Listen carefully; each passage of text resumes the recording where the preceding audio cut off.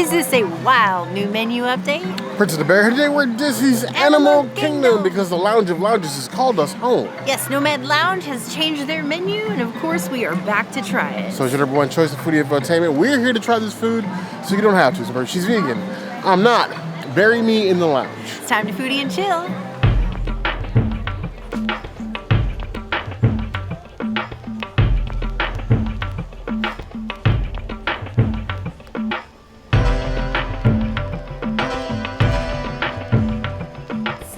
So this is the new bread service. The naan is not vegan, it has dairy, so we substituted for this reimagined papadam. We have sweet, regular, and spicy.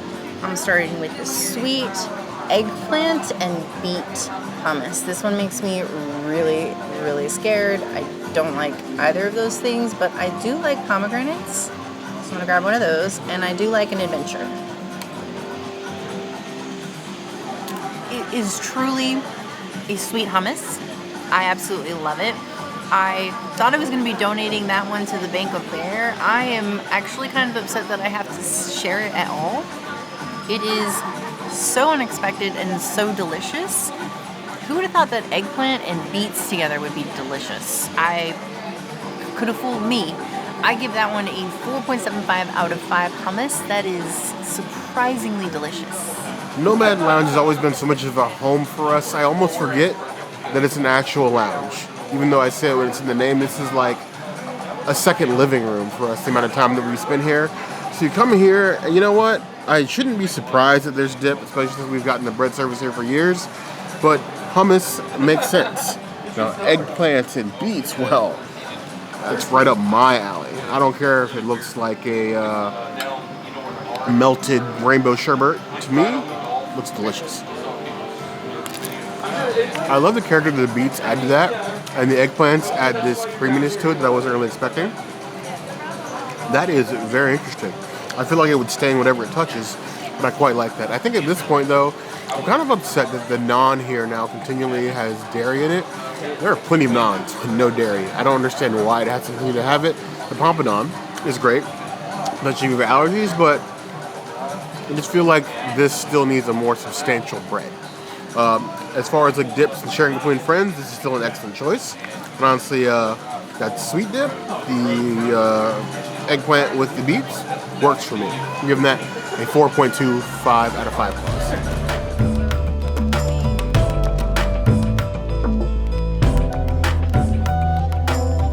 Now we have your traditional standard chickpea hummus with some beautiful walnuts on top and some crispy chickpeas. If these chickpeas are anything like the ones they serve at Saratoga Springs, I am in for a treat. I was wrong about the walnut. It's not walnut. It's just chickpeas and olives. Thankfully, I didn't get any olives in mine. I just got the beautiful hummus and the crispy chickpea. It was nice. Not the best crispy chickpea I've had at Disney. I've had quite a few recently that have been really tasty. Very delicious. Your standard hummus doesn't wow me like the eggplant and beet one does, so I'll give it like a 3 out of 5 hummuses, but it's nice. Classic hummus elevated with a little bit of toppings. You have olive tapenade, or basically just muddled olives for the most part, and then some crispy chickpeas. You know, Nomad Lounge has always had the most interesting serving vessels. Honestly, I miss when everything came in little tiffins. I miss those things. I want some for the house. I have no use for them at home. I just like a little stacked tiffin. It's like a metal lunchbox almost. I like both the texture and the saltiness the topping adds. You get a crispy chickpea, you get a little crunch to what would always be like a smooth hummus, and then the olives add a little bit of like salty kick to it, so it's just not earthy all the way through. It's very dippable, as it should be. I would give that 3.75 out of 5. Well, just basic hummus, just slightly elevated.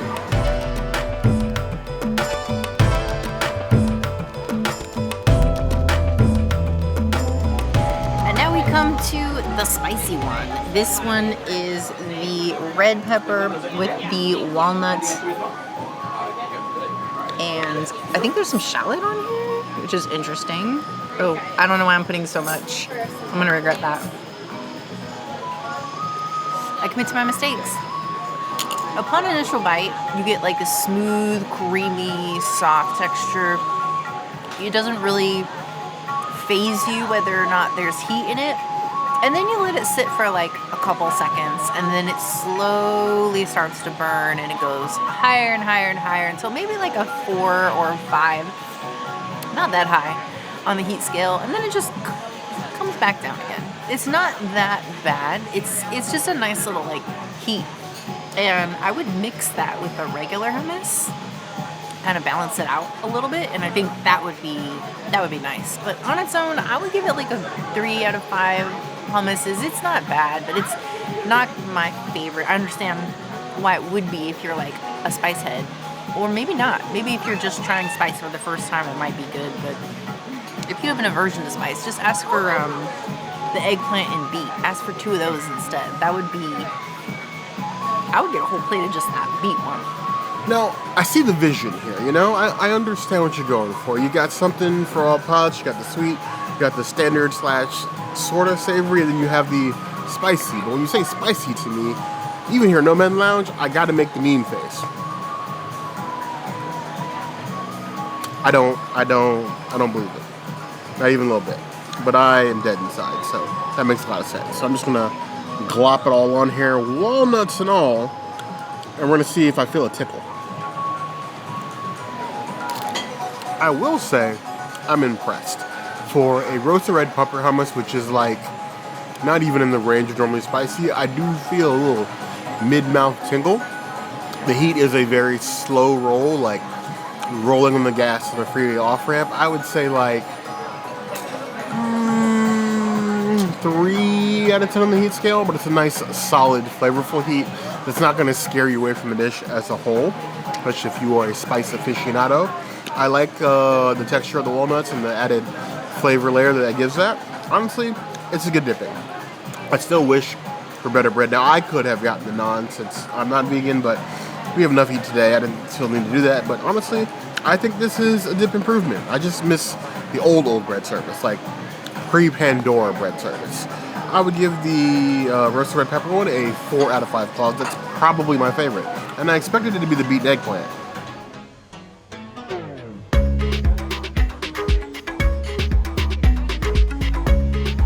Now, Nomad Lounge has always taken inspirations from the Imagineers' travels all around the world in creating and designing Animal Kingdom. It's probably one of the best places in this park to do so.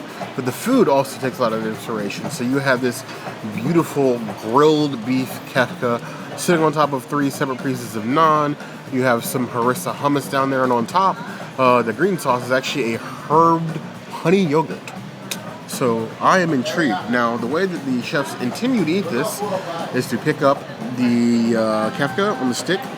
You take a piece of the naan, and then you pull off a piece of the beef to eat. Whether or not this works in practice, we're about to find out together, because I have doubts how easy this is going to be to do.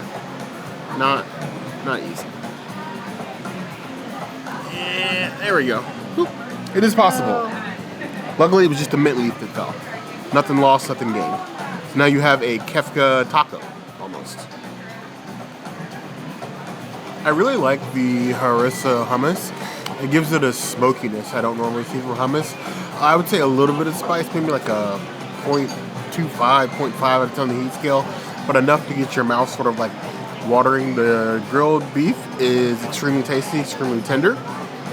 The herbed yogurt with the honey, I'm on the fence about that one. The herb and the honey, I don't know if they necessarily work together, but I do like the yogurt and the hummus together, so minor complaint. I think it's still super tasty, and I think it is an upgrade of what we've had in the past. I would give it a solid 3.75 out of 5 claws.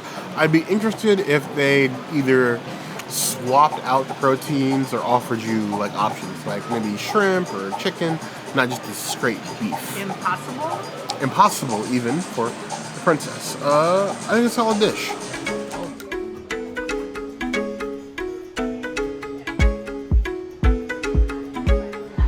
The Korean mushroom bao is completely gone from both Tiffin's and Nomad Lounge, as Nomad Lounge and Tiffin's continue their separation towards divorce.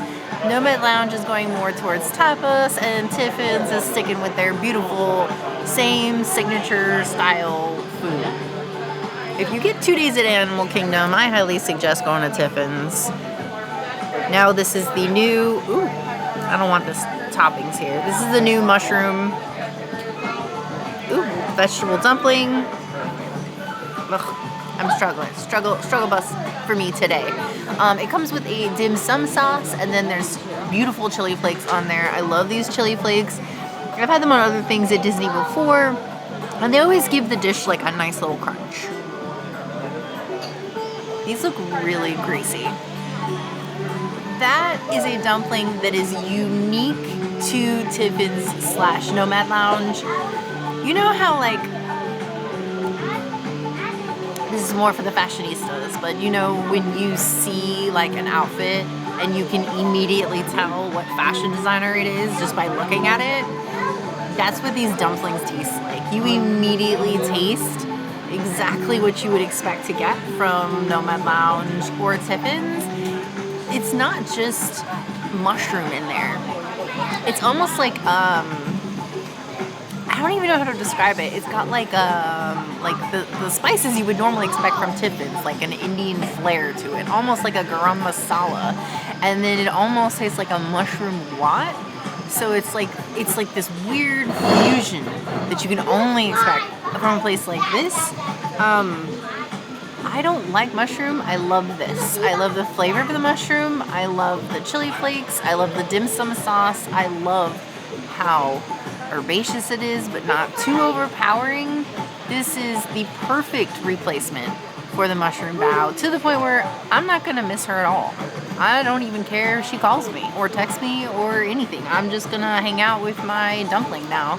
My dumpling bestie and we're chilling, and it's a good day. I'm going to give it a 5 out of 5. It is a Princess Cities item, and I am shocked between like GQ and here. Disney is really making me like mushroom more than ever before, and that is very weird to me because I don't like the texture of mushroom at all, but this is fire. I'm never going to say no to more in the dumpling camp. We have this beautiful selection of dumplings with this beautifully topped with like the chili crunch on top. You got like the seared bottom and the dim sum sauce, little like bed of green onions. Like, it is displayed like a work of art that belongs in one of the art cases that's set outside Tiffin's and inside the restaurant as a whole. You just feel like the dumplings of my dreams, or will they taste like that is always really the question. I am getting those notes of like, there's some garam masala in there, there's some carrots in there that add a little bit of sweetness, along with the mushrooms, a couple others, some greens in there as well. All that goes towards building like a substantial filling, so it's not just like super earthy, it's like a full featured flavor profile, like a featured film in foodie form, if you will. That combined with like the chili crunch on top and the fact they soak up the dumpling sauce, and it's not like it's a like pool of the dim sum sauce, it's just enough for the dumplings to soak it up without being soggy, and it just kind of works. And you have like a little mushrooms that you can add on top, sort of like a little extra flavor there. Like, I enjoy that. That's tasty. As far as like dumplings, that is amazing. It's definitely something that feels very much Tiffin's, very much that Southeast Asian vibe, and it is a vibe. I would give this 4.75 out of 5 claws. I could do with a little more heat. That's more of a personal preference thing.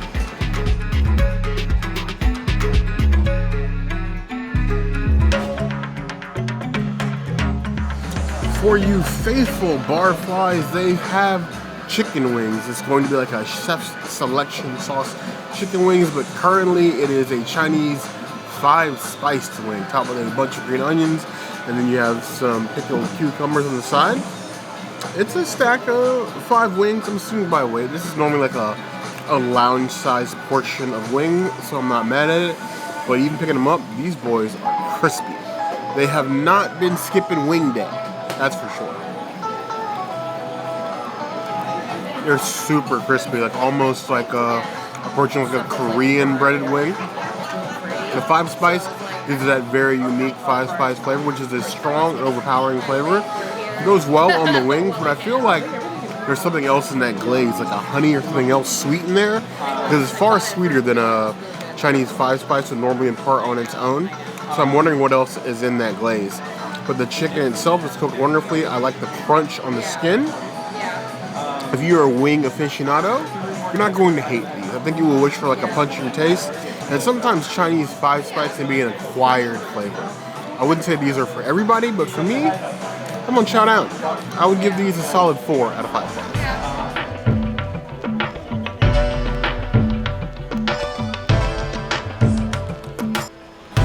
I got the Lamu Libation, and this is like my go-to drink that I usually get here.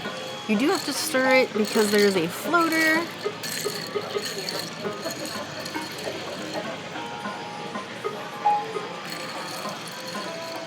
The reason I like this drink is because it's basically pog juice, and it does just taste like pog juice. I love it. It is a 4 out of 5 Lamu Libations.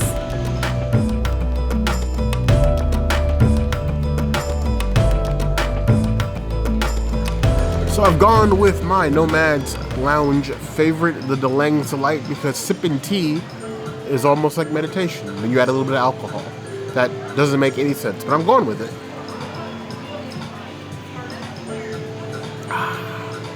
I feel centered now. A little bit of tea, a little bit of alcohol, a little bit of Animal Kingdom ambiance. What more do you need after work? With that, 4 out of 5 claws. This is my number 1 drink in Animal Kingdom for being in the heat. More water than anything, but I like it. Even though Nomad Lounge has changed its menu, I find very little reason to be sad about it.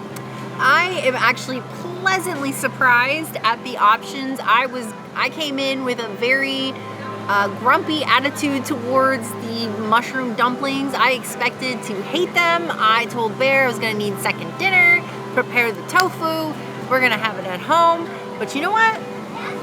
I was wrong. I was so wrong. I'm so happy that I'm wrong. Nomad Lounge is kind of getting back to its roots, I feel. Bear and I started going to Nomad Lounge in like 2012, and we're starting to feel a little bit more like how it was back then before they built Pandora, and it was a chill spot, and the food was unique to its own place. Though back then you could order from Tiffin's, and now they're like hard rule no on that. Yeah. It's nice update to the menu. There were some dishes that we didn't try. They have a new cheese plate. Yes, the charcuterie board. It's $21. That's new, and then they have the sticky wings, which I didn't get. Sticky wings, chicken wings. It felt ribs. Chicken ribs. Yeah. Yeah, they were ribs. And then also one other thing I wanted to mention from one of our longtime subscribers, Nancy, told me that the ube cauliflower soup over at Tiffin's is gone now. So, and I have double checked that a few times now. So that's also been removed from the menu. And of course, like we said, the stricter situation between Tiffin's and Nomad. So there's no more, let me order from Tiffin's at Nomad, or let me order from Nomad at Tiffin's. I definitely think this menu is a strong upgrade and more of what Nomad's Lounge is good at. Yeah. Lounge food with a beautiful view. But we know what you guys think, given the options you've seen, these new items. What do you think of the menu update? Are you happy about it? Are you sad? Let us know in the comments below. As always, if there's anything else you'd like to see us do, those comments will always be the place to find us. Hit that notification bell to see other videos like this, and we have new videos 5 days a week, Monday, Tuesday, Wednesday, Thursday, Saturday. We'll see you soon. Be sure to subscribe and like this video. And if you don't comment, I think Bear might yeet himself outside of Animal Kingdom and, I don't know, become a bird of flight? Now he's a Burr Bear. I want wings, but you heard the girl.